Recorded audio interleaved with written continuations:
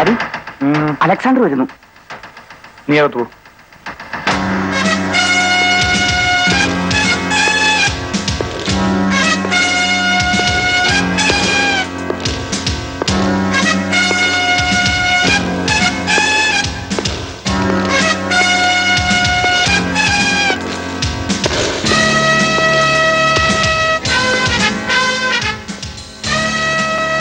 Hello mister Alexander, വരണം, ഇരിക്കണം.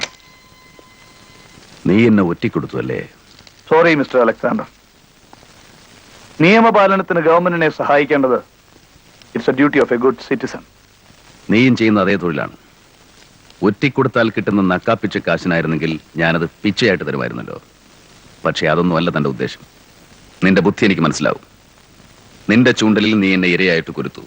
But mister Krishnadas, ചൂണ്ടലിന് താങ്ങാവുന്നതിലും വലിയ ഇര കുരുക്കരുത്. വന്ന മീനൊട്ട് തിന്നാനും പറ്റില്ല, കൊളുത്തിയ ചൂണ്ടൽ ഒടുകയും ചെയ്യും.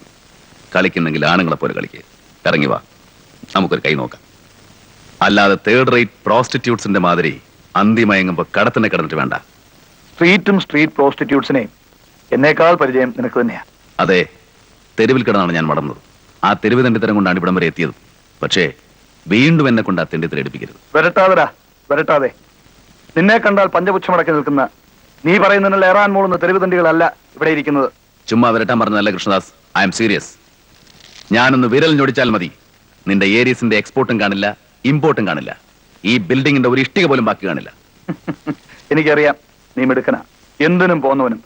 അല്ലെങ്കിൽ മലേഷ്യൻ കസ്റ്റംസിന്റെ കണ്ണുവെട്ടിച്ച് ലക്ഷക്കണക്കിന് രൂപയുടെ സാധനങ്ങൾ അതും ഇന്റർനാഷണൽ ഫ്ലൈറ്റിൽ കടത്താൻ ആര് ധൈര്യപ്പെടും? പേടിക്കണ്ട, അതെല്ലാം നാളത്തെ ഫ്ലൈറ്റിൽ തന്നെ ഇവിടെ എത്തും. ആളും ബലവും മിടുക്കുമുള്ളവനല്ലേ നീ. അവരെ കൊണ്ട് നീ ഇതെല്ലാം നിന്റെ ഗോഡൌണിൽ നിന്ന് എത്തിക്കേ. നമുക്കൊന്ന് കളിച്ചു നോക്കാം. കളിക്കുന്നത് കൊള്ളാം, പക്ഷേ ഒരുപാട് കുഴികളുള്ള വഴിയാണ് എൻ്റേത്.